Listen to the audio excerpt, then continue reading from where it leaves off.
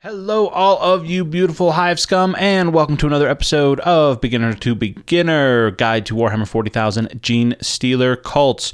This video, we're going to be taking a look at some of the detachment abilities that come with Genestealer Cults. So grab your brood brothers, buckle up, and gear in because the day of Ascension starts right now.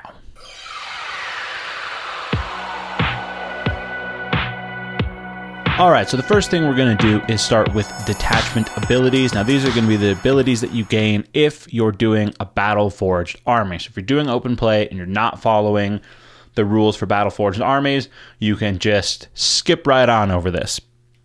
But you also lose out on a whole bunch of stuff too, but it's open play, so just do whatever you want. But if you're doing Battle-Forged, whether it's in match play or narrative play, these are some of the detachment abilities you get. Now some of these are abilities that are going to help your army, and some of them are restrictions on how you can build your army. So we're just going to go through them one point at a time. There's a few of them. It won't take very long. All right, so first up we have Gene-Sect, and this is going to be in 2 bullet points. We'll take them one at a time. First bullet point, and for those following along at home, we are on page 54 of your codex. You can include a maximum of 1 of each Genestealer Cult's character model in this detachment. So that means no doubling up on your Patriarchs, no double Magus, no double Kellamorph. It kind of stings because there are enough characters in the Genestealer Cult Codex that you would want to take multiples of if you could, that only being restricted to one of them kind of hurts.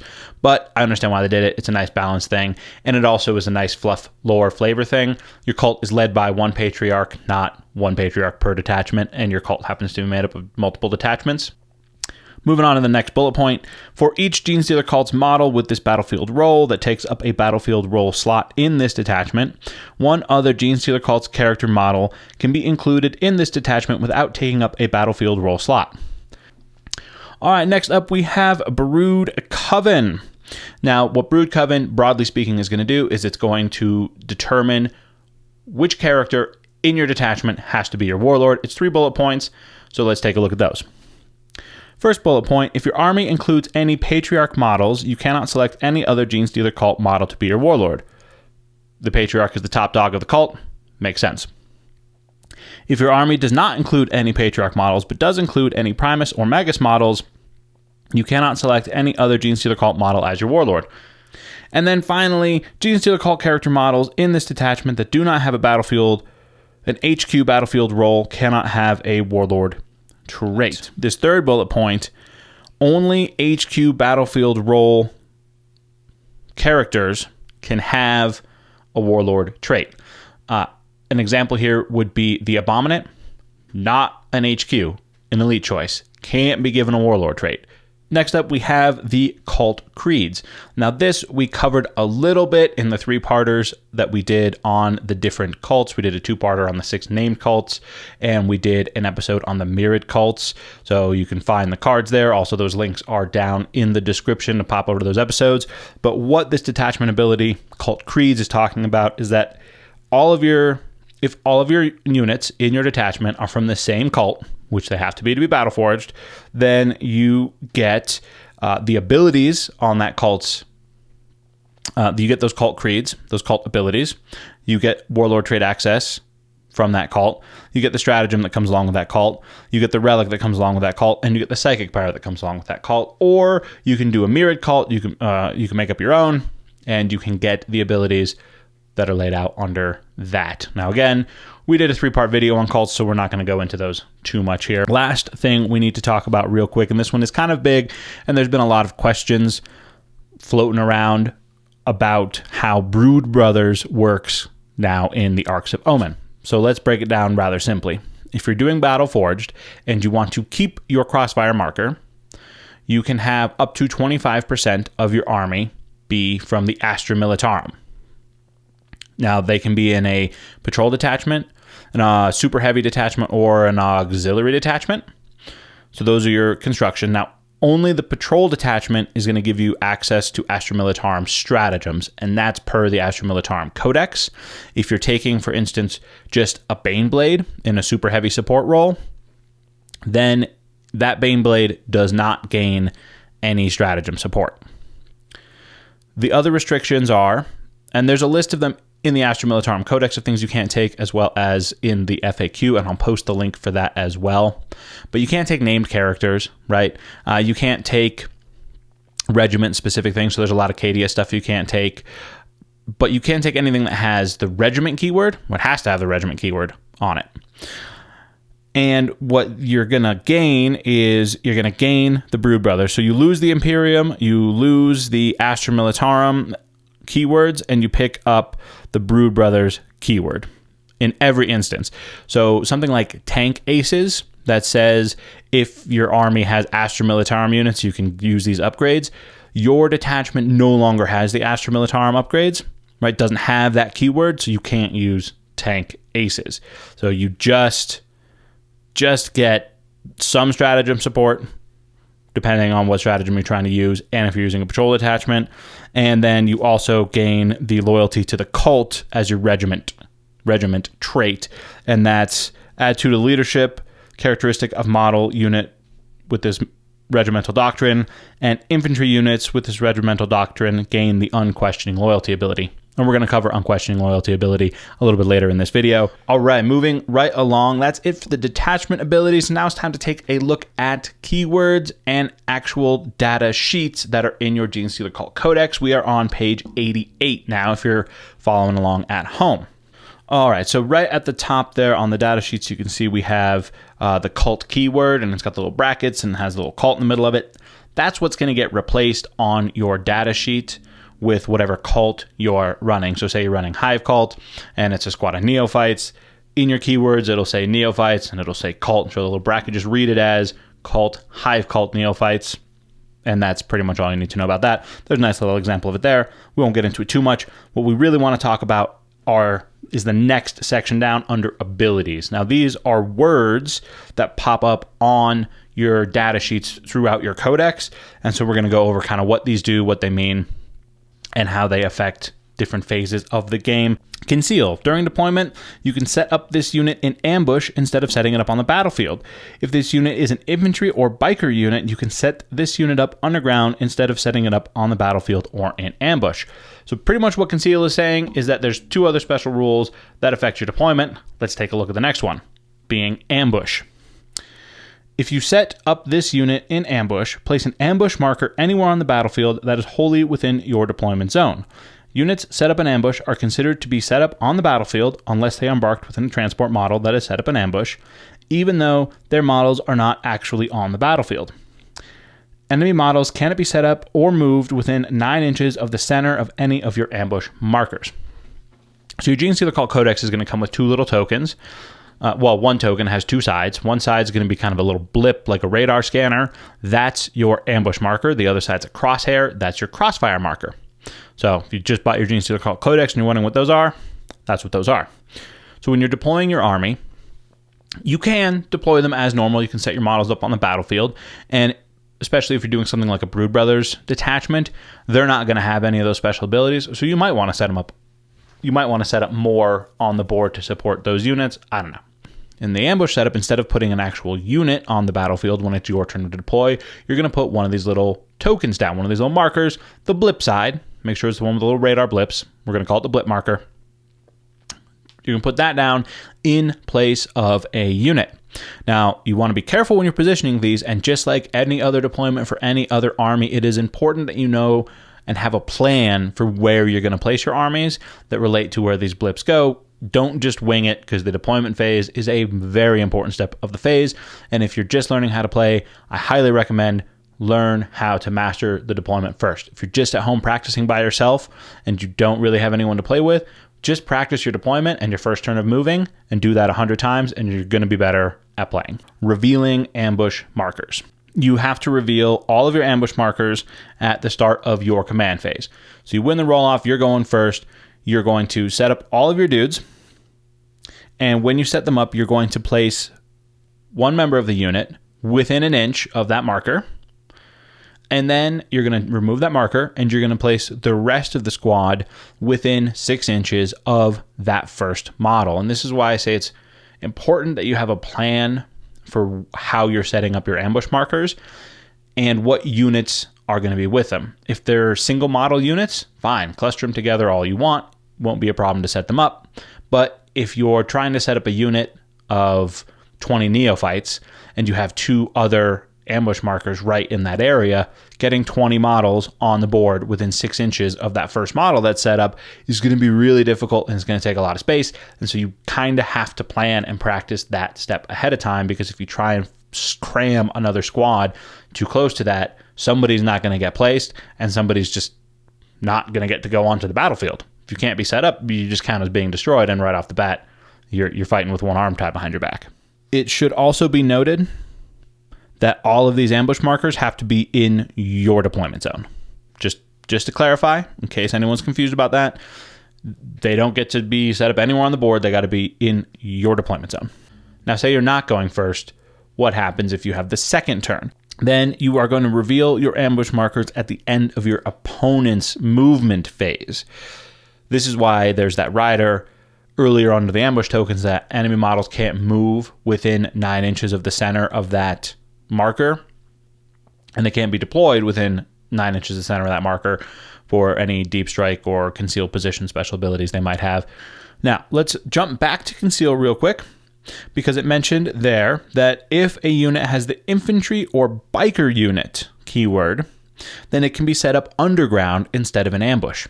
What underground is it's the Genestealer Cult version of Deep Strike. Because this is Genestealer Cults, we can't just have deep strikes work normal like every other deep strike. We have to have super clever and awesome deep strikes. So we're going to take a look at how coming out of underground works. So if this unit is set up underground, then in the reinforcement step of your movement phase, so just like any other reinforcement step, you can set this unit up under one of the following conditions. You can set this unit up anywhere on the battlefield that is more than 8 inches away from any enemy models, or you can set this unit up anywhere on the battlefield that is more than 6 inches away from any enemy models, but is not eligible to declare a charge this turn. Genestealer Cults can do 8 inches and still charge and shoot and do things like normal, so you get 1 extra inch, or you can get 3 extra inches if you don't have any intention of charging. Maybe you just need to be in a spot so that you can set up exposed, which we're going to get to in just a minute. But you do have that option to come in within 6 inches of your opponent instead of the normal 8 for Genestealer Cults, and just forget about 9 as a restriction because it's not the number in this book. Genestealer Cults are not followers of Tzeentch. Now, what if you are a character who has command phase abilities and you're coming up out of underground? Say you're a Primus. If a unit set up underground has any abilities that are used in your command phase, Meticulous Planner, then the first time this unit is set up on the battlefield, it can use any or all of those abilities as if it were your command phase. So say you have a squad of 10 Acolytes coming out of underground and a Primus coming along with them. As soon as they're set up, the Primus can go ahead and use his Meticulous Planner or Strategic Coordination or whatever special abilities he might have on that squad so they can get the reroll wound rolls of 1, right? The last paragraph of this ability is units set up underground are considered to be set up in a location other than the battlefield. Therefore, this must be determined in the declare reserves and transports step of the mission sequence that includes such a step. So that's what I was talking about earlier. You can't have mystery models that your opponent doesn't know. Are they actually on the battlefield represented by an ambush marker, or are they coming in as some sort of, deep strike-esque unit in this case? Again, underground is the word. We're just going to keep moving right along with these keywords. So up next, we have Unquestioning Loyalty. This is a fun little keyword that's going to help keep some of your characters alive and is very, very much in the flavor of Genestealer Cults. Let's take a look.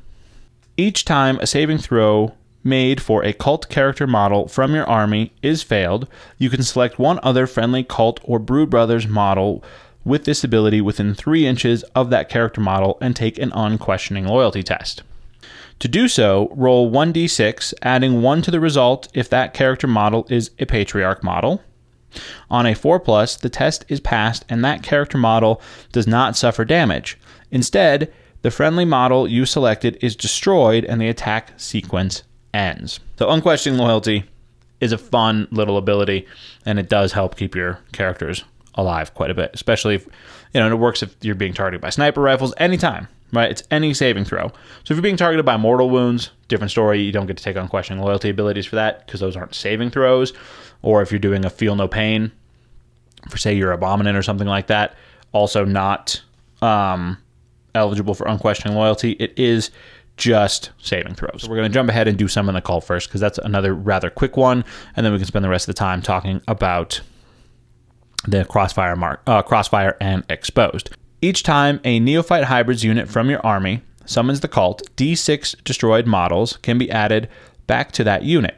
Each time any other Genestealer Cults unit from your army summons the cult, D3 destroyed models can be added back to that unit with their full wounds remaining. If a unit could summon the cult more than once, e.g. a unit equipped with a cult icon is also in range of an Acolyte Icon Ward's Nexus of Devotion ability, the results are cumulative.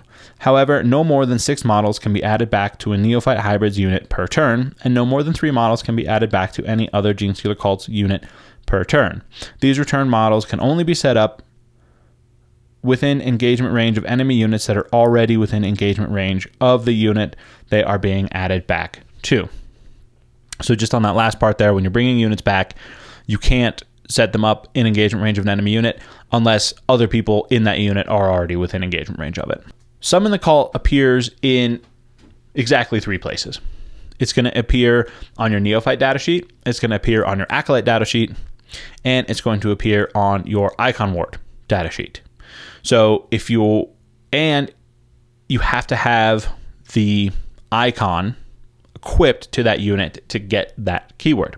If we're a unit of 10 Neophytes and we took 3 casualties and we are within range of an Icon Ward, I am first going to summon the cult with my icon that's equipped to the squad. And we're going to roll a 2. So 2 models come back. Now I can bring up to 6 models back, and I still have 1 more model that hasn't been returned yet. Started with 10, we're down to 7. I rolled 2, 2 more came back. We set them up in unit cohesion. Now I'm going to use the ability that's on my Icon Ward, this Nexus of Devotion, and I'm going to roll another D6. This time I roll a 5. Well, I don't get to bring back 4 units more than this unit started with. The maximum I can bring back is 6, and I only have 1 more model destroyed from this unit. So we're going to bring back 1 more, and now our squad is back up to 10. And the reason we don't get to bring back extra units is because it's D6 destroyed models, not D6 models. If it just said bring D6 models back to this unit or put D6 models into this unit, then sure. But since it's very clear that it's destroyed units, it's just models that were destroyed. The biggie that's in this book, the reason why you would never take more than 25%, the reason why you probably won't take more than 25% of your army is Brood Brothers detachments, because if you do, you lose out on this fun ability, and that is Crossfire. Crossfire also triggers another ability, Exposed. We're going to go through these 1 bullet point at a time. First up, Crossfire. If every unit from your army has the Genestealer Cults keyword, excluding unaligned units, and the percentage ratio of Brood Brothers units specified on page 54, no more than 25%, and every unit from your army that belongs to the cult belongs to the same cult, those are all the abilities we went over in the Detachment Abilities, this unit can use this ability and the following rules apply. So that first bullet point there under Crossfire is the stipulations you have to meet in order to be eligible to have Crossfire.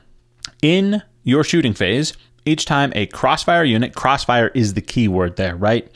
And that's going to be on your data sheet for whatever unit you're looking at. A lot of them are going to have Crossfire. In your shooting phase, each time a Crossfire unit is selected to shoot, if all those attacks target 1 enemy unit without a Crossfire marker. So even if you have 20 Neophytes in a squad, and you have shotguns, and you have seismic cannons, and you have Webers, and blah, blah, blah, all of those attacks have to go at 1 target in order for it to be eligible to get a Crossfire marker. If you start splitting up that squad's attacks and shooting multiple different things, none of those targets are going to be eligible to receive a Crossfire marker, even if they hit the other bullet points. First bullet point to keep in mind with Crossfire, everybody's got to shoot the same squad, and that squad has to already not have a Crossfire marker. After resolving those attacks, so all of the attacks, this is the second thing to remember here, all of the attacks. It's not like I shot you with a bunch of shotguns and now you get a crossfire marker, or hey, I hit you with a heavy mining laser, now you get a crossfire marker. No, it's after all of the attacks are done, then you add the crossfire marker if you've met any of these two requirements. Requirement number 1, 5 or more of those attacks scored a hit. Doesn't have to wound, they just have to hit. So something like flamers and webbers that auto hit, really easy ways to generate crossfire markers, because it doesn't say that those hits have to be rolled, so auto hits are included. Second way you can get a crossfire marker is if one or more of those attacks had a damage characteristic other than 1 scored a hit. So I can shoot you with 1 heavy mining laser, score a hit, boom, crossfire marker. I can't divide up my shots. So if I have a squad with 4 mining lasers in it, as a Neophyte squad, I can't target 4 different units, get 4 hits, and now disperse 4 crossfire markers. All my fire has to go 1 unit. Also, it's not like I can shoot you with my shotguns and then suddenly get the benefits of crossfire marker with my mining lasers that are equipped in that same squad. All the weapons got to shoot, all the attacks got to be resolved, and then you can put the crossfire marker on. After we've determined if you're going to get a crossfire marker, let's look at the effects of the crossfire marker. So I hit you, I met the requirements, now you have a crossfire marker. What does that actually do? Well, first thing it does is each time a crossfire model makes a ranged attack, if the target unit has a crossfire marker, add 1 to that attack's hit roll. So my ballistic skill goes from 4 to a 3. Awesome. But again, after the attacks are made. So that now a whole second squad has to be shooting. Each time a crossfire model makes a ranged attack, if the target unit has a crossfire marker and was exposed when it was selected as the target of the attack, see below, add 1 to the attack's wound roll. So exposed is its own rule. We'll get to that in a minute. But what the step to remember here is that in order to get the +1 to wound, which is sweet, you have to have a crossfire marker and be exposed. Being exposed alone doesn't get you there. Having a crossfire marker alone doesn't get you there. Last bullet point on the effects of crossfire. Each time a crossfire model makes a ranged attack, if the target unit has a crossfire marker, was exposed when it was selected as the target, and was within 12 inches when it was selected as a target, the target does not receive the benefit of cover against that attack. So what is exposed then? Well, exposed is basically how your units are positioned when they get ready to shoot. To determine if a target unit is exposed, draw a line from any part of the base or hull of one model in the attacking crossfire unit to any part of the base or hull of one model in another friendly crossfire unit. So I have a squad of 5 acolytes over here. I have our intrepid space marines here in the middle, and then I have another squad of acolytes on the other side of them. Squad A on the left there, they're going to throw a demolition charge. They scored 5 hits, 2 hits, whatever, doesn't matter. They got hits, and because that weapon has more than 1 on the damage characteristic, it's going to trigger the crossfire. So we put the crossfire marker there. Now, when Squad B on the right side shoots at the Space Marines, everything in there is going to get +1 to hit. And because we can draw a line from Squad B through the Space Marines into Squad A on the left, this unit of Space Marines is treated as being exposed, and I would also get the +1 to my wound. And because we're within 12 inches, if there was any benefit of cover going on there, I would also ignore that as well. Doesn't matter how much of the line I can get through that. If I can just squeak through one of your bases, one of the enemy model's bases, into another one of my models, boom, there we go. Exposed and crossfire, +1 to hit, +1 to wound. All right, that is going to do it for this video. That is all of the detachment and keyword special abilities, datasheet special abilities that are inside the Genestealer Cult Codex. I hope that you found this video helpful, inspiring, and getting you ready to get your models onto the tabletop. If it did any of those things, please remember to hit the subscribe button, give it a like, ring the bell for notifications so that you know when we are releasing more content. And until next time, remember, geek your own way.